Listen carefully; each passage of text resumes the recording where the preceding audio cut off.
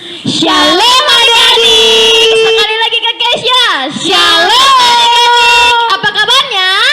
Luar biasa. Yes, yes, yes. Oke, pada hari ini Kak Kesya dan Kak Edel akan memandu pada ibadah sekolah minggu hari ini. Dan juga kita tidak sendiri Kak Iya, Kesya. kita ditemani oleh kakak-kakak tim gerak. Wow. Yang pertama ada siapa ya Kak Edel? Yang pertama ada Katri. Halo ada Katri. Katri. Yang kedua ada Kak Fani. Halo Kak Fani. Dan yang ketiga ada Kak Nando. Keren ya adik-adik. Oke, sebelum kita memulai ibadah sekolah minggu kita akan menyanyi lagu Cip Cip Cip Dam Dam. Semuanya yang semangat ya. Dengan bersuka cita kita menyanyikan dengan semangat ya. Iya. Marsila, senyum, sehat, semangat, ceria.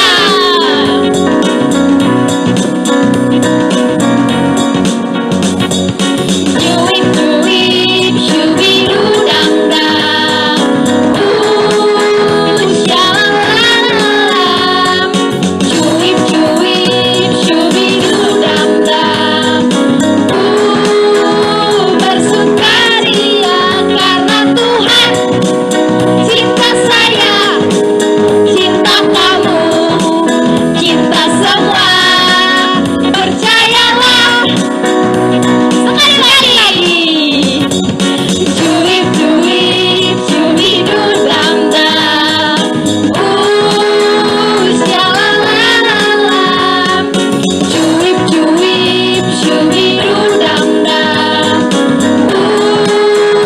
Bersukaria karena Tuhan cinta saya, cinta kamu, cinta semua. Percayalah. Oke. Saya tahu sadar siap. Saya tahu sadar siap dan melakukan. Saya tahu sadar siap dan melakukan. Saya tahu sadar siap. Siap sadar tahu. Saya tahu sadar siap dan melakukan. Sekali lagi. Saya tahu sadar siap dan melakukan. Saya tahu sadar siap dan melakukan. Saya tahu sadar siap. Siap sadar tahu. Saya tahu sadar siap dan melakukan. Wah, jadi semuanya semangat ya. Kayak senang kalau semuanya begini. Jadi sebelum kita akan doa buka, kita akan nyanyi Menyanyi satu lagu pujian yang berjudul Selamat Pagi Bapa.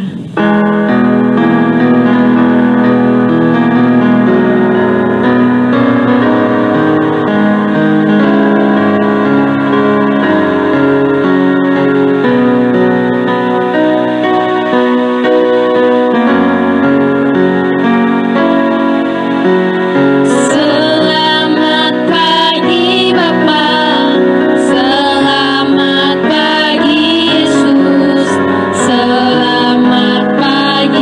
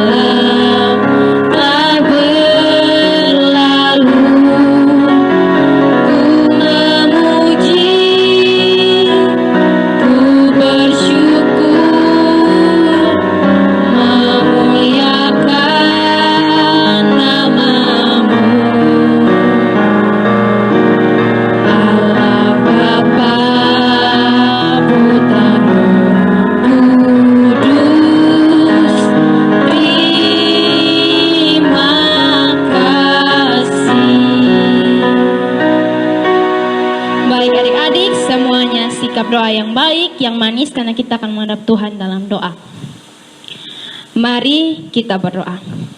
Tuhan Yesus, terima kasih atas segala anugerah yang telah Engkau berikan kepada kami sampai dengan saat ini ya Bapa. Bapa, sekarang kami akan memulai ibadah sekolah minggu kami, tetapi sebelum itu kami memohon segala dosa dan kesalahan kami mohon ampun ya Bapa. Kami mohon ampun agar kami bisa mengikuti ibadah ini dengan baik dan benar. Tuhan Yesus memberkati agar ibadah ini bisa berjalan dengan lancar dari awal, pertengahan hingga boleh berakhir dengan baik. Terima kasih Tuhan Yesus. Haleluya. Amin. Oke, baik Kak Kesha. Jadi sebelum kita mau buat apa habis ini ya Kak Kesha?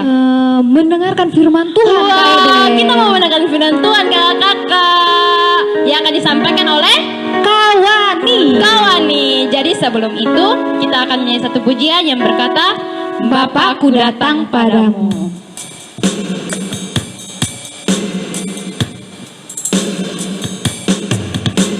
Bapakku datang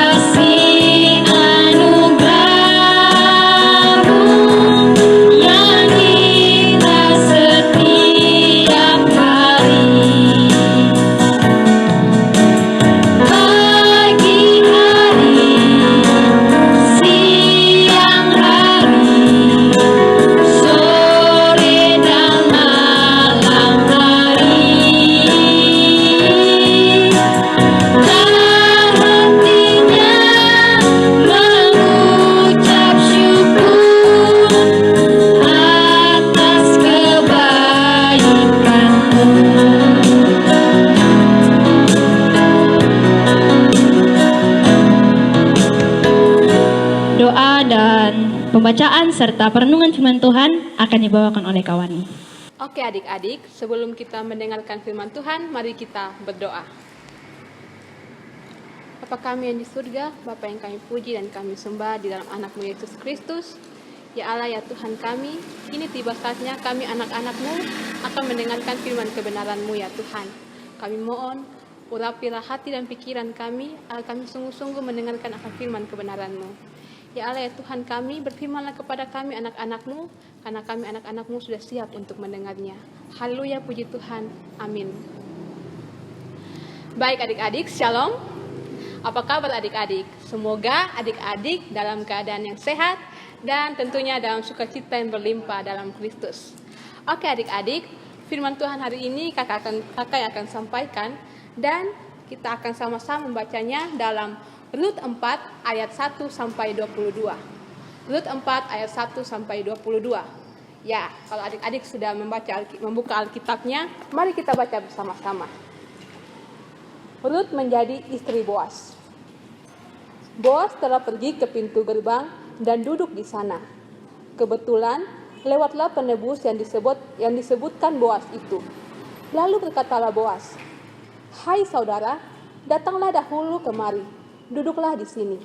Maka datanglah ia lalu duduk.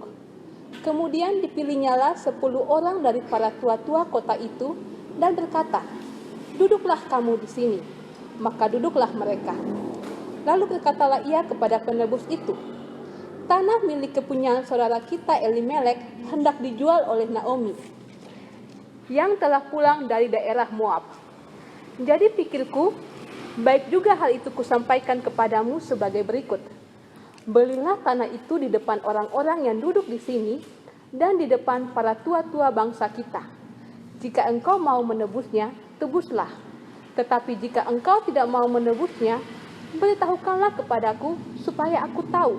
Sebab tidak ada orang yang dapat menebusnya kecuali engkau dan sesudah engkau, aku. Lalu berkatalah ia, aku akan menebusnya. Tetapi kata Boas, pada waktu engkau membeli tanah itu dari tangan Naomi, engkau memperoleh Rut juga, perempuan Moab, istri orang yang telah mati itu, untuk menegakkan nama orang itu di atas milik pusakanya. Lalu berkatalah penebus itu, jika demikian, aku ini tidak dapat menebusnya, sebab aku akan merusakkan milik pusakaku sendiri. Aku mengharapkan engkau menebus apa yang seharusnya aku tebus, sebab aku tidak dapat menebusnya. Beginilah kebiasaan dahulu di Israel, dalam hal menebus dan menukar. Setiap kali orang hendak menguatkan sesuatu perkara, maka yang seorang menanggalkan kasutnya sebelah dan memberikannya kepada yang lain. Demikianlah caranya orang mensahkan perkara di Israel. Lalu penebus itu berkata kepada Boas, engkau saja yang membelinya, dan ditanggalkannya lah kasutnya. Kemudian berkatalah Boas kepada para tua-tua dan kepada semua orang di situ, kamulah pada hari ini menjadi saksi, bahwa segala milik Elimelek dan segala milik Kilion dan Mahlon, aku beli dari tangan Naomi. Juga Rut perempuan Moab itu, istri Mahlon, aku peroleh menjadi istriku untuk menegakkan nama orang yang telah mati itu di atas milik pusakanya. Demikianlah nama orang itu tidak akan lenyap dari antara saudara-saudaranya dan dari antara warga kota. Kamulah pada hari ini menjadi saksi. Dan seluruh orang banyak yang hadir di pintu gerbang dan para tua-tua berkata, kamilah menjadi saksi. Tuhan kiranya membuat perempuan yang akan masuk ke rumahmu itu sama seperti Rahel dan Lea, yang keduanya telah membangunkan umat Israel. Biarlah engkau menjadi makmur di Efrata, dan biarlah namamu termasyhur di Betlehem. Keturunanmu kiranya menjadi seperti keturunan Peres, yang dilahirkan Tamar bagi Yehuda, oleh karena anak-anak yang akan diberikan Tuhan kepadamu dari perempuan muda ini. Lalu Boas mengambil Rut dan perempuan itu menjadi istrinya, dan dihampirinyalah dia. Maka atas karunia Tuhan, perempuan itu mengandung, lalu melahirkan seorang anak laki-laki. Sebab itu perempuan-perempuan berkata kepada Naomi, terpujilah Tuhan yang telah rela menolong engkau pada hari ini dengan seorang penebus. Termasyhurlah kiranya nama anak itu di Israel. Dan dialah yang akan menyegarkan jiwamu dan memelihara engkau pada waktu rambutmu telah putih. Sebab menantumu yang mengasihi engkau telah melahirkannya, perempuan yang lebih berharga bagimu dari 7 anak laki-laki.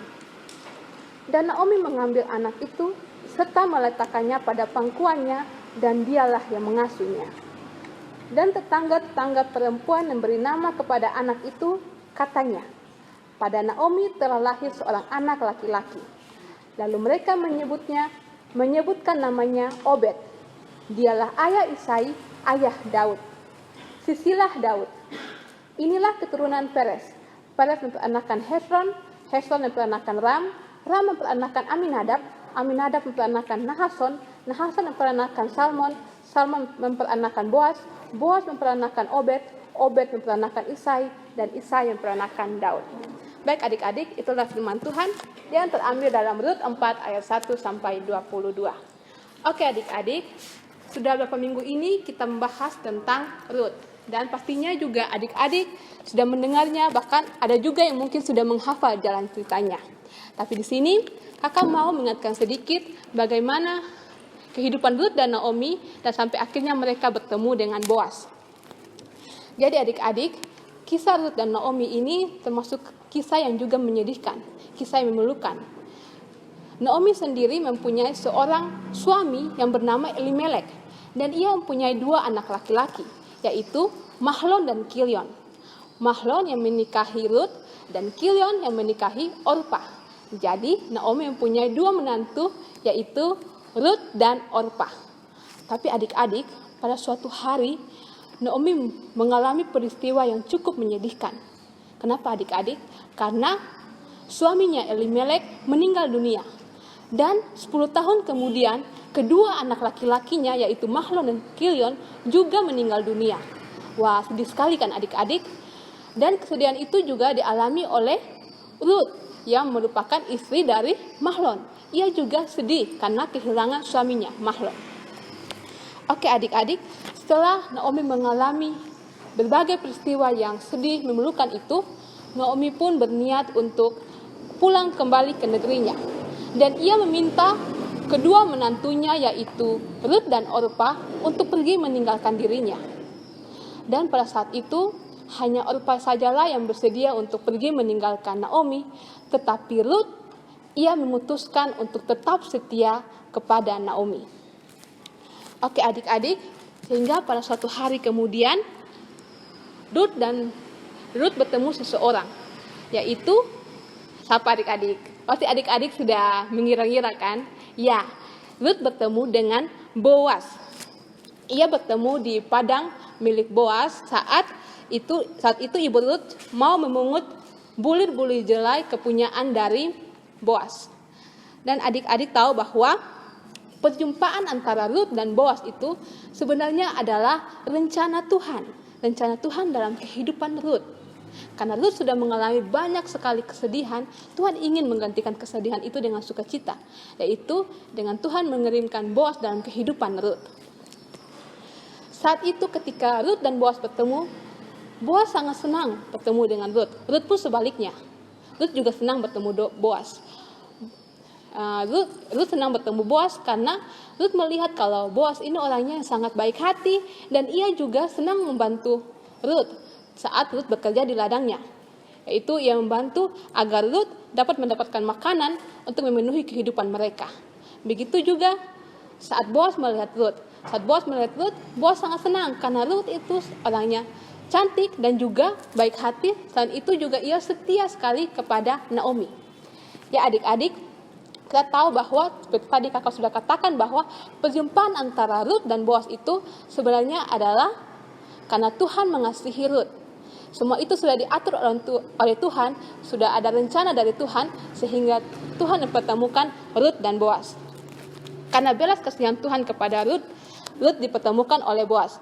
Tuhan juga mengirimkan Boas sebagai penolong dalam kehidupan Rut. Sebagai penolong dalam kehidupan Rut, adik-adik. Yaitu melalui rencana Tuhan, Boas mau menolong Rut dengan tulus. Yaitu ia membeli semua tanah kepunyaan Elimelek dan juga ia bersedia menjadikan Rut sebagai istrinya. Dan adik-adik, Tuhan juga sangat peduli dengan penderitaan yang dialami oleh Rut dan Naomi. Oleh karena itu, melalui kasih Tuhan, karena Tuhan begitu mengasihi Rut dan Naomi, Tuhan pun menyatukan Rut dan Boas dalam sebuah pernikahan. Dan akhirnya, ya, Rut dan Boas menikah adik-adik. Dan yang lebih berbahagia lagi, dengan pernikahan tersebut, Rut dan Boas dikaruniakan seorang anak yang bernama Obed. Dan Obed ini adik-adik yang nantinya akan menjadi kakek dari seorang raja yang sangat luar biasa. Siapa dia? Raja Daud. Wow, jadi itu adik-adik. Keren kan adik-adik? Rencana Tuhan begitu luar biasa dalam kehidupan Rut dan Naomi. Oke adik-adik, melalui firman Tuhan hari ini, ada 2 hal penting yang harus adik-adik ingat dan adik-adik lakukan dalam kehidupan sehari-hari. Apa saja adik-adik? Yang pertama adik-adik, ketika berbagai hal buruk terjadi di luar kendali kita, tetaplah percaya belas kasih Allah selalu ada. Ketika berbagai hal buruk terjadi di luar kendali kita, tetaplah percaya belas kasih Allah selalu ada. Ya adik-adik, seperti yang dialami oleh Rut dan Naomi saat suami dan anak-anak Naomi meninggal dunia, walaupun Naomi mengalami berbagai hal yang buruk, hal yang begitu menyedihkan, tapi Allah menunjukkan belas kasihannya. Allah selalu peduli dengan penderitaan dan kesulitan yang dialami oleh Ruth dan Naomi. Dan juga Allah menunjukkan belas kasihannya dengan Allah mengirimkan seorang penolong dalam kehidupan mereka, yaitu Boas. Ya adik-adik, begitu juga dengan kita adik-adik. Allah juga begitu mengasihi kita. Allah begitu mengasihi kakak dan juga adik-adik di rumah. Allah selalu peduli dengan masalah yang adik-adik alami, penderitaan yang adik-adik alami. Dan Allah juga selalu menolong kita, memelihara kehidupan kita melalui orang-orang di sekitar kita yang mengasihi kita. Siapa saja adik-adik. Ada papa mama kita, ada kakak adik kita, bahkan teman-teman kita. Orang-orang yang mengasihi kita. Oleh karena itu adik-adik, kita juga harus balik mengasihi mereka. Kita juga harus menunjukkan cinta kasih kita kepada mereka. Melalui apa saja? Melalui cara kita untuk menolong mereka. Untuk selalu ada dalam kehidupan mereka adik-adik. Itu pesan yang pertama. Pesan yang kedua yaitu Tuhan dapat memakai kita untuk menjadi penolong bagi sesama. Tuhan dapat memakai kakak dan adik-adik semua di rumah untuk menjadi penolong bagi sesama. Ya, penolong dalam firman Tuhan hari ini yaitu Bapak Boas yang telah menolong Ruth dan Naomi dalam kehidupannya. Tuhan juga dapat memakai adik-adik di rumah untuk menjadi penolong bagi sesama. Sesama siapa saja, kepada orang tua, teman, kakak, adik, siapapun itu. Adik-adik dapat menjadi penolong bagi mereka. Ingat adik-adik, walaupun adik-adik masih kecil, bukan berarti adik-adik tidak bisa melakukan hal tersebut. Bisa adik-adik, Tuhan bisa memakai adik-adik untuk menjadi penolong bagi sesama. Contohnya seperti apa? Dengan hal-hal yang sederhana, hal-hal yang kecil saja adik-adik. Contohnya di rumah, adik-adik bisa menolong orang tua adik-adik, menolong bapak atau mama seperti mengerjakan tugas rumah, mungkin menyapu atau menyiram tanaman, apapun yang adik-adik bisa lakukan di rumah. Adik-adik juga bisa menolong teman-teman adik-adik. Misalnya membantu, menolong, mengerjakan tugas, atau ada teman yang kurang memahami pelajaran, adik-adik bisa membantu menjelaskan. Dan juga adik-adik bisa mendoakan teman adik-adik ketika teman adik-adik sedang sakit. Itu juga bukti bahwa adik-adik juga mau untuk menolong sesama adik-adik. Oke adik-adik, jadi itu saja dua pesan yang bisa adik-adik simpan dan adik-adik juga bisa melakukannya dalam kehidupan adik-adik sehari-hari. Itu yang pertama, ingat, kakak cuma mau katakan bahwa dalam keadaan apapun, ingatlah bahwa belas kasih Allah selalu ada dan adik-adik juga bisa menjadi penolong bagi sesama. Itu saja yang bisa kakak sampaikan. Semoga firman Tuhan hari ini dapat menjadi berkat dalam kehidupan adik-adik. Dan untuk mensyukuri firman Tuhan pada hari ini, mari kita menghadap Tuhan di dalam doa. Kita berdoa. Bapa kami yang di surga, kami mengucap syukur dan berterima kasih ya Tuhan, karena kami telah mendengarkan firman kebenaran-Mu. Ya Tuhan, ya Allah kami mohon ya Tuhan, pakailah kami untuk menjadi penolong bagi sesama kami. Dan ampunkanlah kami agar kami selalu percaya bahwa Engkau Allah sangat mengasihi kami Bapa. Apa di surga, biarlah melalui firman-Mu Tuhan, kami diberkati dan dapat menjadi berkat bagi sesama kami. Inilah doa pengharapan kami. Hanya di dalam nama anak-Mu Yesus Kristus yang Tuhan dan Juru Selamat kami telah datang dan berdoa kepada Bapa di dalam surga. Haleluya, puji Tuhan. Amin. Oke adik-adik, jadi bagaimana ceritanya? Pastinya seru dong. Temanya apa Kak Kesha? Dipersatukan dalam kasih Allah. Sekali lagi, apa? Dipersatukan dalam kasih Allah. Dan pesan yang pertama apa Kak Kesha? Pesan yang pertama, dalam keadaan apapun, percayalah belas kasih Allah akan selalu ada. Iya. Yang kedua apa ya Kak Eden? Yang kedua ialah Tuhan dapat memakai kita menjadi penolong bagi sesama kita. Sesamanya yang mana Kak Kesha? Sesama yang ini. Semuanya Semua sesama orang. Oke, Ya. untuk merespons firman Tuhan kita akan menyanyi lagu Yesus itulah satu-satunya. Yang Dengan semangat ya adik-adik. Marsila, senyum, sehat, semangat, ceria.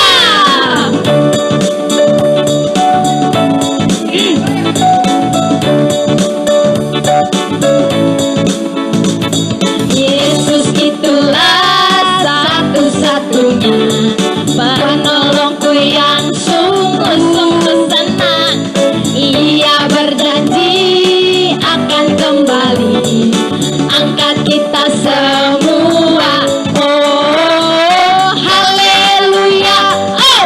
puji Tuhan, oh upahmu besar di surga. Oh haleluya, oh puji Tuhan, oh upahmu besar di surga. Sekali lagi dengan semangat. Yesus itulah satu-satunya penolongku yang sungguh-sungguh senang. Ia berjanji akan kembali angkat kita semua. Oh haleluya, oh puji Tuhan, oh upahmu besar di surga. Oh haleluya, oh puji Tuhan, oh upahmu besar di surga. Oke Kak Kesha, semuanya sudah semangat, tapi sayangnya kita sudah di penghujung ibadah. Tapi tidak apa-apa ya Kak Kesha, kita akan ketemu lagi Minggu depan. Nah, kita akan masuk ke dalam doa syafaat dan yang akan dibawakan oleh Kak Kesha. Sebelum itu kita akan menyanyi lagu Satukan Kami.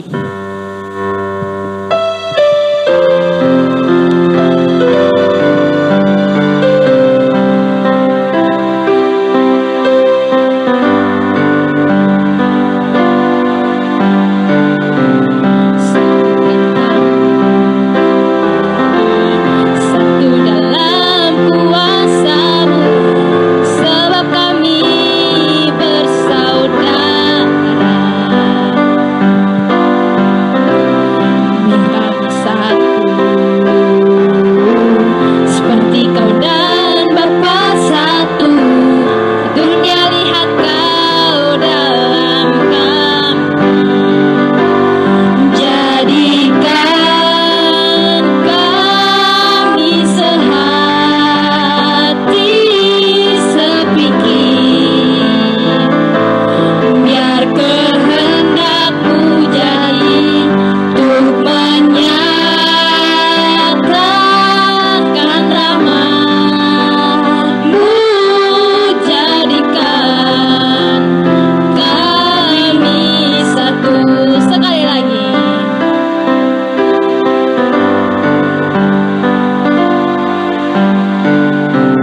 Satukan kami, satu dalam kuasa-Mu, sebab kami bersaudara. Biar kami apa? Biar kami satu, seperti Kau dan Bapa satu. Dunia lihat Kau dalam kami. Jadikan kami sehati sepikir, biar kehendak-Mu jadi untuk menyatakan rahmat-Mu. Jadikan kami satu.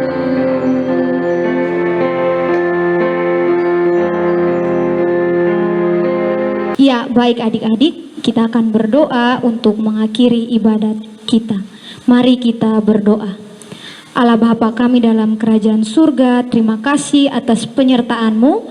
Kami boleh mengikuti ibadah sekolah minggu online dari awal, pertengahan hingga boleh berakhir dengan baik ya Tuhan.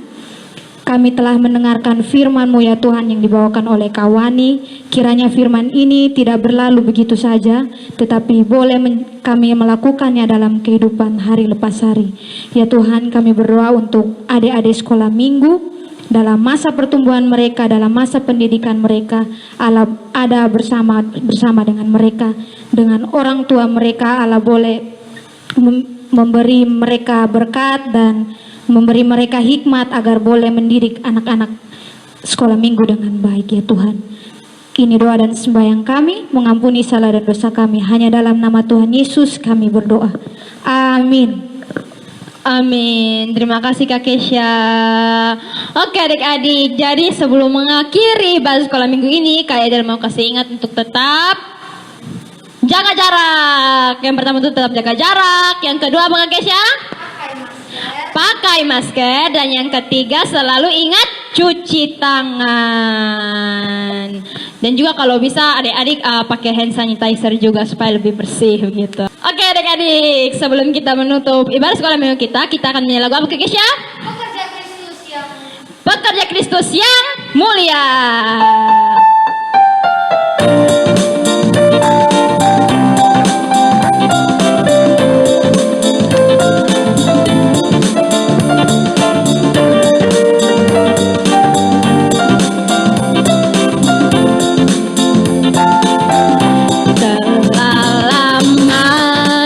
Cari-cari langkah hidup yang lebih pasti, hidup penuh kemenangan setiap hari. Suatu saat Yesus panggilku menjadi pekerja melayani, jadi saksi bagi Dia. Bukan apa? Bukan sembarang pekerja. Syalala, Yesusku luar biasa. Syalala, Dia raja segala raja. Syalala, memanggilku menuai ladangnya. Hanya anugerah semata. Syalala, aku dipakai olehnya. Syalala, sungguh amat istimewa menjadi pekerja Kristus yang mulia. Sekali lagi. Telah lama ku cari-cari langkah hidup yang lebih pasti, hidup penuh kemenangan setiap hari. Suatu saat Yesus panggilku menjadi pekerja melayani, jadi saksi bagi Dia. Bukan sembarang pekerja. Syalala, Yesusku luar biasa. Syalala, Dia raja segala raja. Syalala, memanggilku menuai ladangnya. Hanya anugerah semata. Syalala, aku dipakai olehnya. Syalala, sungguh amat istimewa